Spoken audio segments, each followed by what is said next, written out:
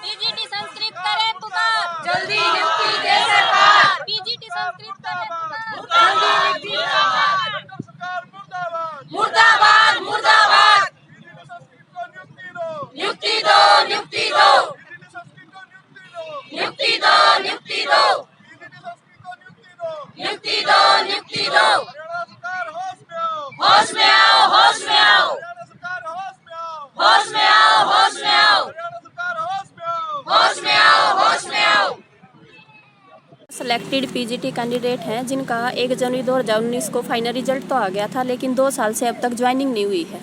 बार बार सरकार से निवेदन कर रहे हैं, उनसे मिले हैं, लेकिन हमें बार बार यही हौसला दिया गया कि आपके लिए अच्छा ही होगा। लेकिन अब 10 तारीख को हमारा कैंसिलेशन नोटिस आ जाता है और साथ में उसी टाइम जो नई भर्तियां निकली हैं 534 का नोटिस है वो आ जाता है। लेकिन हमें तो हमारी ही नियुक्ति चाहिए, क्योंकि हम सभी जो भी प्रोसेस थी हम उसको पार करके सिलेक्टेड हुए हैं। लेकिन अब हम जो नए बच्चे हैं जो 7 साल से इंतज़ार कर रहे थे, अब वो भी हमारे मुकाबले में खड़े हैं। अब इतने हो जाएंगे तो सरकार ने तो ये ऐसा काम कर दिया कि जैसे 2 भाइयों को आपस में लड़ाने का काम होता ना, वो काम कर दिया है। हमारी मांग, हम एक गीता बहन है हमारी, उन्होंने कई बार मुख्यमंत्री के नाम अपने खून से भी लेटर लिखा है। उनको भी यही हौसला दिया गया था कि आपके साथ अच्छा ही होगा, लेकिन सरकार ने हमारे साथ कुछ भी अच्छा नहीं किया है। हम सरकार से आज भी करनाल में मुख्यमंत्री जाए हैं और हमारी उनसे यही मांग है कि हमें या तो नियुक्ति दे दो या फिर मुक्ति दे दो। आज कहाँ से आए हैं आप लोग? हम सारे हरियाणा से आए हैं। तो आज किस लिए इकट्ठे हुए हैं? सीएम से मिलेंगे? हाँ जी, हमारी जो टीम है वो उनसे मिलने का प्रयास कर रही है, वो गए हुए हैं उधर, बाकी हम इधर इंतजार कर रहे हैं उनका।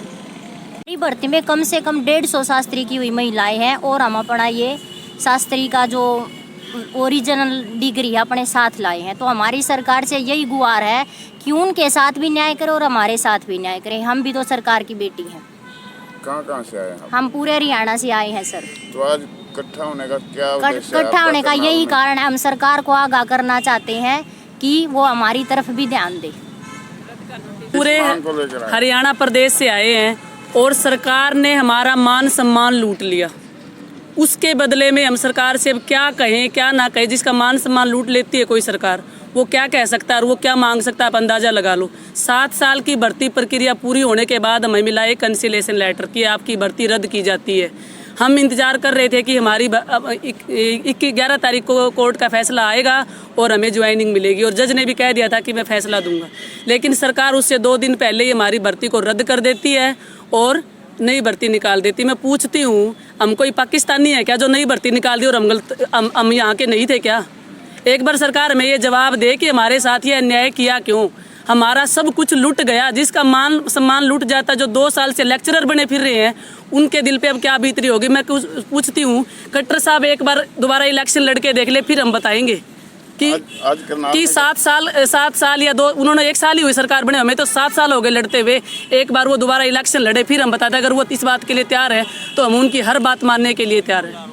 तो आज करनाल में किस लिए इकट्ठे हुए? आज करनाल में इसलिए इकट्ठे हुए हैं कि कम से कम अपनी बात लोगों को बताएं तो सही कि जिस करनाल के मुख्यमंत्री पे आप दम भरते हो वो ऐसे ऐसे काम भी करते हैं कि सरकार हरियाणा की इतनी बेटियों को चोटी से ले जाके नीचे गिरा दिया और कोई पूछने वाला तक नहीं है। हम सोचते हैं कि एक बार उनसे मिल ले, लेकिन वो हमें मिलने के लिए तक राजी नहीं है। हमारी बहन ने कहा कि मेरी अंतिम इच्छा है कि मैं सीएम साहब से एक बार मिल के ही मरूंगी, लेकिन उन्होंने सीएम साहब आज तक दर्शन देने नहीं आए।